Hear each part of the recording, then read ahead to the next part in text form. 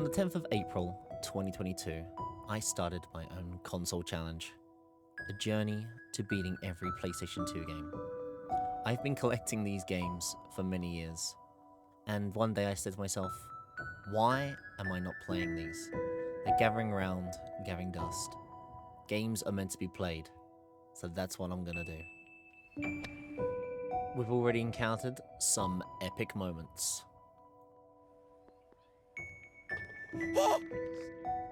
There's been laughs along the way. Oh no. Ah! It's actually pretty good! And of course, a few tears. But one thing's for sure, we're gonna beat every PS2 game.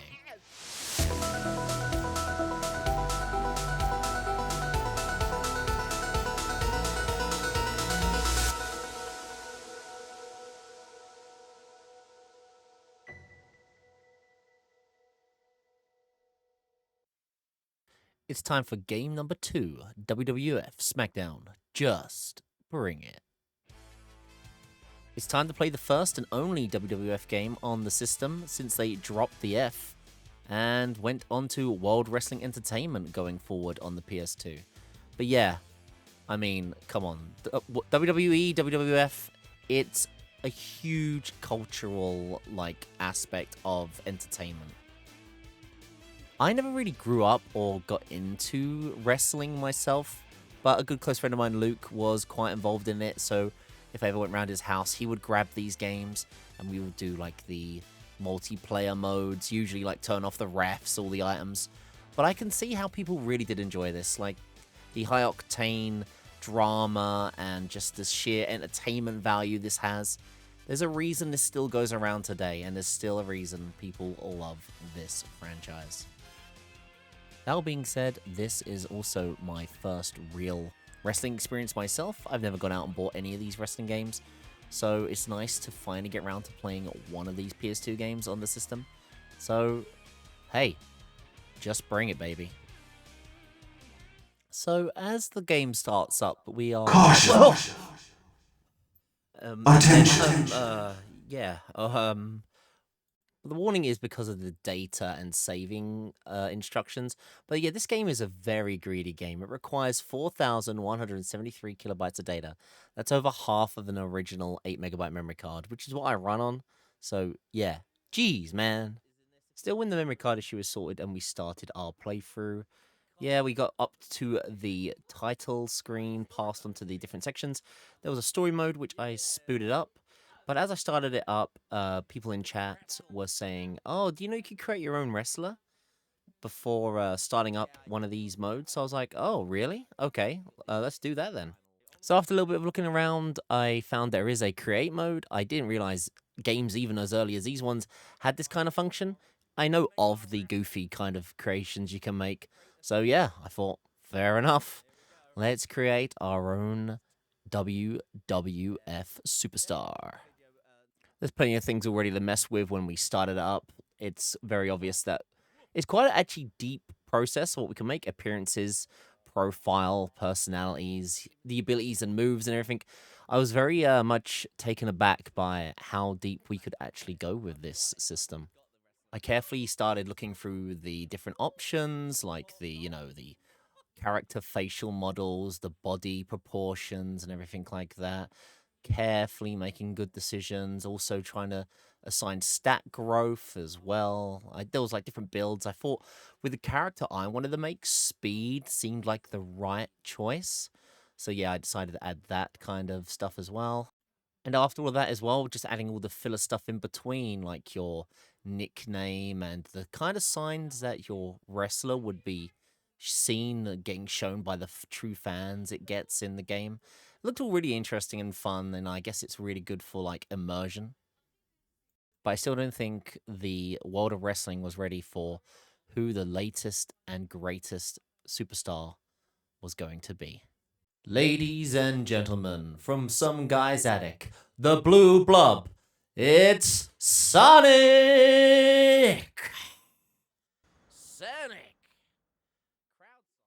The one and only true original character, Sonic, was born. And with it, we were finally ready to take on story mode. So we traveled back to the main menu, went into story mode, and loaded up our beloved new wrestler of life, Sonic, into the game and started his world wrestling career. As our brave wrestler starts his career, he's met with Vince McMahon in the back of the wrestling arena and is given a dilemma already to begin his new career. He's given the chance to go for the tag team of the century, or he can decide to completely turn him down, which is actually a really cool option. So, yeah, there's a branching storyline in this game pretty much. You get your own free choice. Basically, there's two real campaigns to this game. There's a tag team storyline or a single, like, solo mode. And, Sonic only goes solo. So that's what Sonic does. With his big brute force attitude, he rejects the tag team title and goes it alone. Will he regret it? Well, there's only one way to find out. Raw is War is declared, and it is time to take on the title. Just as it's declared, Edge walks in and flaunts his stuff like a, well, complete badass in a way, I suppose. Yeah, he gets down and dirty on the stage, and builds up the hype for what is the first fight of the season. As the mic comes out, he calls out for Steve Austin to show his ass on stage for what is going to be a fight to remember. And as Edge gets more and more impatient, calling out for Steve Austin to get his ass on stage, it finally happens. The crowd goes wild as the one and only Sonic finally enters the arena. As an ill air blows and tension fills the ring, before anything can happen, there's only one way Sonic enters the ring, and that's running on in, going in to take on Edge, just like the blue blob he is. And that's what happens. Then suddenly, bam! His career begins. So this is what a general game of WWF will play like throughout the course of this entire playthrough. Just the round timer that sits in the middle, and then the two bars on the left and right representing the fighters of the current challenge. The gauge that does fill up on the bars for the characters is basically your Smackdown meter, and once you have it filled up once, you get a total added to the numbers on the side of your bar, so you can perform a signature Smackdown move. And in my experience, once you do perform it on someone, you're pretty much guaranteed a pin on the character. Now, I'm going to be brutally honest about this game when I played it. I suck at it, I must do. I don't know. I had a really hard time with this game. That or the AI just counters or reversals everything.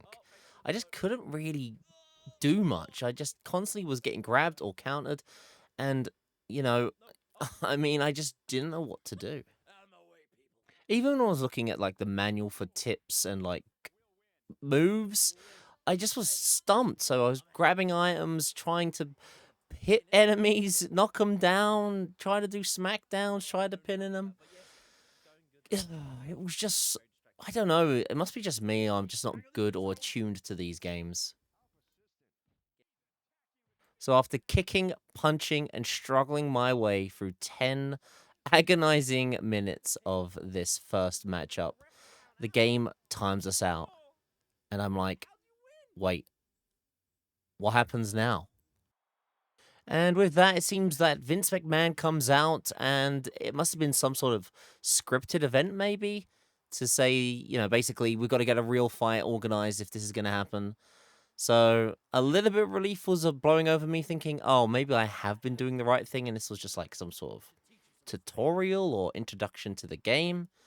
So I was a little bit relieved when this was actually scripted. So the game asks us to now start up a fight versus Edge again. So maybe now I was thinking, right, okay, now the real first match begins. Let's go. And as my first match begins, the first gripe I have happens straight away. Reversal, reversal, reversal. I mean, I get it. Like you gotta have reversals in wrestling games. It adds like tension and simulates what goes on in the actual WWF fights. But I don't know. I think the AI is a bit too like hard on the reversal button. The match continues for the first match, and yeah, the classic happens. The Smackdown from the AI comes my way, and then I get my 3-pin out. Yeah, and this is the start of many, I can tell you that. So poor old Desperate Coos looks through the manual again to see if he's doing anything wrong. Looks through the up-teen amount of situational moves, the places you gotta be, and yeah, I try again, this time with some more knowledge. So with my newfound knowledge, I try again, and finally, I get the opportunity to win against Edge. It only took us an hour, and we finally won the first match. We are finally graced with a victory screen of Edge being a bit salty from his loss. I say salty because any other day, I don't think Sonic would have been anywhere near the victor here. But still, we take victories when we take them. And Sonic gets to live another day. As one mighty man falls, another one stands up to take on the Sonic. It is Chris Benoit, and he dares us to come out and take on a chance for the WWF title. Now, with our track record so far with Sonic, it'd be a sensible idea to stay on the backstage, but no. Like true wrestling entertainers we are, we go out on stage, call Chris Benoit out, and say that we're ready for anything. All that cheap talk ain't gonna go past Sonic, as he says he'll take him on tonight and show him that he is the #1 champion. It's a smackdown between us and Chris Benoit. And Chris Benoit is so cocky, he even lets us decide on what the match type is gonna be. Now, once again, I'm not much of a wrestling fan or follower, so when these three options came up, I was a little bit confused. Street Fight just sounded the most interesting, so yeah, I guess we'll just take on Chris Benoit in a street fight. The match begins, and we take on our second opponent. And, well, I can let you in on one constant thing. With everything in my power, I try my best, but time and time again, I get pinned and pinned and pinned. I just don't know what I was doing wrong. Just constantly, this was the sad, depressing fate Sonic was going through. I don't know if it was his stats, I don't know if it was just something I was doing wrong at the time, but I just could not keep Chris Benoit down. And after the final pin, I throw in the towel with our beloved Sonic. I just couldn't do it. He barely had a 2-hour career in the world of WWF. But some stories just aren't meant to be finished. And our beloved Sonic walks away a broken, sad, ashamed man because Koos couldn't get him through to get his final victory. Sonic, I'm sorry. I'm so sorry. But don't worry, we don't end there. No, I decide that if I can't win with a custom character, we're going to go take on at least another character's storyline. So I pick Chris Jericho and see what happens when we do that. I was a little oblivious to obviously what happens if you pick Chris Jericho. As you noticed on the screen, he had a belt. So usually when you pick a fighter with a belt, there's a unique event where you defend your title as the current belt holder. So anyone, including Chris Jericho for this particular situation, doesn't actually have any kind of storyline, but has a one-off one-off bout basically to protect his belt from whoever decides to challenge. And Vince McMahon already decides the combatant. It seems like only yesterday, but it's decided that we're going to fight Edge in a Defender title match, and that's what we do. And it is a WWF Armageddon match. So hopefully this goes well. The Intercontinental Championship Defender title. As the bell rings, we start our match against Edge, and, well, it feels like, at least while I'm playing this with an actual fighter, I'm actually, more stable in my combat. Yeah, the reversals keep going on, but I feel like I'm actually doing something, keeping Edge on his toes, and actually kind of getting involved in the fight more, like a way of actually enjoying it. Sanic, or the custom character I made, maybe it was my own problem at the time, just it just felt like nothing impactful was going on. So we just keep going, and I mean going. As you can see, this match goes on for over 10 minutes. It just was like a close. I mean, it still felt so close, but in my head I was going, oh, maybe because this is a title fight, this is like simulated to go on for longer, especially because we got timed out at 10 minutes in the first match we ever did. So we keep going. But just like the spirit of a true wrestler, I don't give up. No way. With Chris Jericho, I keep wailing in on Edge and going and going. I'm not giving up now. Oh no, especially as we are so deep into this goddamn fight. The reversals keep coming, but I send them right back to him. This is it. I've had enough of this goddamn fight. And finally, as I build up that beautiful SmackDown bar, I lay it on him in one final beautiful move. As the crowd go wild, I lay down my SmackDown and finally defend Chris Jericho's title. Ah, it felt good. It was long, it was arduous, but my god, did it feel good. So as the victory for Chris Jericho wraps up and the title has been defended, yeah, there's not really a credit roll for this. So it just ends on you unlocking a card. So I wasn't really happy with even calling this a beat just yet. But during the midpoint of working out where credits could be, I thought I'd quickly have a look at some of the settings because we haven't had a look at them yet, see what the default dev intended difficulty and stuff was. We haven't been altering everything. I just had a quick look, and my biggest curiosity was the difficulty, which was set to normal. And a little part of me wanted to go down onto easy, but we were only 2 hours in, and I knew I could get a victory in this game without having to lower the difficulty, so we kept it on it and carried on for the quest to find the credits.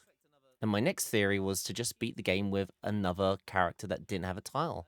The only character I knew from wrestling was Rikishi, so I decided to pick him. He was in the game, and yeah, it starts up just the same like Sanik's created character one does. So I was just gonna follow suit with what we did with Sanik. Refuse to do the tag team belt and take Rikishi through the solo belt run, basically. I assume that the single tag team bout just grabs like a pool of characters that don't have the belt at the moment, and you just fight them. For Rikishi, he is going to take on Kurt Angle, and it just plays out like if we were playing with Sonic. You could do the exact same options, either talk with the mic or running in. I just go running in again with Rikishi to just kind of mirror what we did with Sonic and see if we can perform any better. And perform any better, we damn do. I mean, it just felt so different playing with an actual wrestler. I mean, I see the appeal, but Rikishi did his SmackDown move and knocked Kurt Angle out for the first fight. And then, yeah, Vince McMahon comes in and goes, "Whoa, hang on a minute, Rikishi, go on and do it the proper way to get to the bout." Just like the Sonic playthrough, we do another match against the person we encountered at the beginning of the bout. And yeah, Kurt does beat me in the first match here. He does get a pin out on me, but I pull my reversals off, because that is the key to this game, really. You've got to really be on your toes with the reversals. I do that, get another smackdown with the beloved Rikishi, crack Kurt's neck, and get that beautiful, beautiful second pin. Ah, we're finally back to where we were with Sonic. And as Rikishi dances for victory, I just felt like I should be doing the dancing as well. It felt a lot better playing with an actual signature fighter. History really does repeat itself, though, in this playthrough, as we get the same matchup as we did in our Sonic playthrough, and we're just going to need to take on Chris Benoit again. So the same cutscenes roll out, it's just us against him, and we take him on for, hopefully, final revenge and justice for poor Sonic. We stick to the exact same setup, we're going to do Street Fight again, and we get started. Just wailing in on him and praying that at least the beloved Rikishi can get us through this tournament a little bit better than our custom fighter did. And it actually pays off. You can notice that I just am able to act better, fight better, and just everything else, really. I think it's just more power and damage output. But yeah, a nice smackdown from Rikishi seals the deal. And finally, 3 hours later, the progress of the single title bout is underway. Another victory dance is indeed in order. The victory is short lived as Stone Cold Steve Austin reveals that lovely, delicious belt we are craving for, and obviously wants to call us out and talk the talk, thinking we're never going to be able to claim that prized title from him. Well, there's only one way to truly see if we can pull it off. As the build up towards this final bout begins, and Stone Cold Steve Austin still talks the talk in the ring, Vince McMahon shows himself from the backstage. And as he's in shock, he reveals that there's one little twist to this final match. He is going to guest referee this final bout to truly see and watch who is going to claim this prized title. The World Wrestling Federation Championship title is underway. Let's do this. For everything, for justice, and as always, for Sonic. With our adrenaline pumping, I've got to get that damn belt once and for all, and that's just what we do. And as always, the typical fight begins with the same string of grapples, reversals, but that doesn't slow me down this time. Oh no, I'm going all out. And the match plays out as you would expect. We just carry on fighting for several minutes until I've got my Smackdown meter built up, and I pray that the right situation comes up to finally take this guy down. And it does, luckily. We are able to seize victory by pulling off our signature move. And then, well, actually, not even pinning him this time. We just literally knock him out from the beloved attack. I do some sweet little taunts, and then even a cheeky little spank on the booty, and that's it. I win. Give me that delicious, delicious belt. There sadly isn't any actual belt ceremony, but at least we get to watch Stone Cold Steve Austin walk away in shame as the credits roll. That is it. As long as you beat a solo bout in this game, you find the credits. And yeah, I mean, it's a nice bittersweet victory seeing them, but I wasn't fully satisfied with finding the credits just yet. As you know, with my FAQs and my rules, I like to find or at least explore some other aspects of the game if there are still some available. So with a beltless Stone Cold Steve Austin, I thought it's time we can at least redeem him for his own storyline. And we'll just explore the tag team bout, which is what we do. We might as well see what this other storyline does. I was interested at the time, and we do exactly that. The tag team fight actually has some interesting different story mechanics to it. One being the first person mode when you first boot up the section where you walk around and can, I guess, walk up to several wrestlers. I just walk up to the first one I see, which is the Big Show, and it's basically offering them a chance to fight alongside you in a tag team match. You instantly get the sign up recruit if you talk to them, and I'm assuming that if you explore more, you could find different partners. So it's actually a really nice feature. But hey, the Big Show's good enough for me. Let's do this, buddy. Just like in solo bout mode, you have a load of introductions for the fighters, this one being Jeff Hardy and Test. And yeah, the match begins. Ladders, tables, and chairs, I think the match type is called. Once again, I'm not really much of a wrestling knowledgeable guy, so bear with me for not knowing the full details. But yeah, it goes on as we continue fighting these two. Luckily, the AI seems to focus on one while I focus on the other as well. And during the final stretches of this battle, I decide to focus on that, and the Big Show pins someone, and we achieve our first victory of the game, which feels great. Progress, progress, progress. But how is a 2v2 anyway to be a spicy match as we build up to the final for this tag team fight? Nope. It's declared that a 6-man tag team match is declared, and that is the next event of this playthrough. But of course, there's only 2 of us, so what the hell do we do? After a deep conversation between Steve Austin and the Big Show, it's decided that we need to find someone. And after the options, I leave it to the Big Show to go and find someone for us. And then it just, for some reason, goes into the weird first person mode again.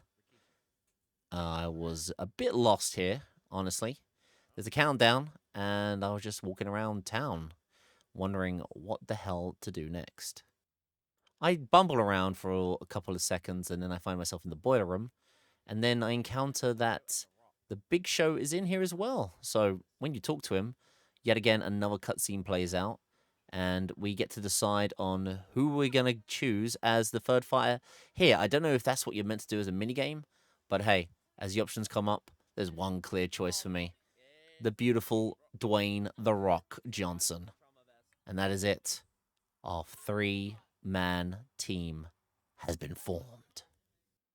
So some more fancy intros play out, and we are against Bubba Ray, The Undertaker, and Kane in a 3v3 tag team match. So this one's a lot more controlled. There's not a free-for-all crazy beat 'em up going on in the center of the ring, and we're able to focus more on a one-on-one opponent. Obviously, a pin is what we need for victory, and as it plays out, it all really works out in our favor. Luckily, I seem to have the Undertaker in a corner of one section of the ring, and Kane is unable to get to the other side in time, and we're easily able to steal a pin really early on in the match. So yeah, a victory all round. Our BFF, The Rock, is briefly a part of our crew as we move on to the final bout. This time, we drop the 3-on-3 and go down to the 2v2 tag team title.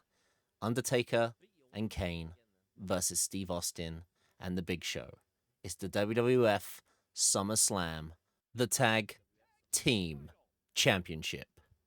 Let's do this. Our final bout plays like a normal tag team match, no free-for-all, controlled rules, so you got to tag in and bring in your partner to deal with the person in the ring, and that's what happens. I start out dealing with Kane, and this is another one of those endurance matches. This went on for ages again. So yeah, as we went further deeper in, I actually did not know how to tag in and left it to the AI, but luckily the Big Show AI knows what he's doing, and I just watch from the sides, and yeah, it looked like there's some sketchy moments, but eventually the Big Show pulls off some fancy moves, and just before Kane can stop, we get that beloved victory. The AI saved my ass, and yes, we beat the tag team bout as well. It felt good. Oh, it felt good. Upon victory of the tag team, though, it just goes to the menu. You unlock some of these extra secret cards, but that's that. It just wraps up. But that's it. Solo and tag team match complete. There's a nice little option on the menu I was looking at quickly before I wrap things up. Title section. It reveals all the different belt current victors, and as you can see there, Steve Austin has the tag team and Rikishi had the solo belts. So it's a nice thing. It's like an active live belt change, so you can constantly change things up on the memory card, and maybe this is the reason why it takes up so much room on the memory card. With a solo and tag team fight done, I considered this a beat, in my opinion. We got the credits a little bit early on, but hey, wanted to get that value for money experience as always. So yeah, Game 2 beaten. After 4 hours, 38 minutes, and 4 seconds. Was this a good game? For me, it's hard to say I enjoyed it fully. The AI in a solo experience was a bit too heavy on the reversals. I get it, it was like meant to be simulation of the wrestling matches, but it wasn't something that I personally enjoyed too much, and it got to the point of being a little frustrating near the end. I'm sure there's people in the past that have enjoyed this and had many fun memories with friends doing the multiplayer fights and like turning rules on and off and doing loads of different things. And I'm sure you all had a good experience. There are some title fights we could have done defending some belts, but for the most part, I think they just play out the same as a solo fight between one person and the belt holder, or you playing as the belt holder and getting that belt, I would assume. But yeah, WWF Smackdown, just bring it. You're alright. So this week's Streamer Spotlight has got to go to the lovely Chazzy on Twitch. He lives and breathes wrestling. He even does his own wrestling challenge, the Ringside Wrestling Challenge. He's going to try and play and beat every wrestling game you can think of. But not only that, this guy does other awesome challenges, including a PlayStation 1 experience, trying to beat all the North American PlayStation 1 games, as well as Dream Days, which is trying to beat every North American Dreamcast game. This guy has so much awesome retro content.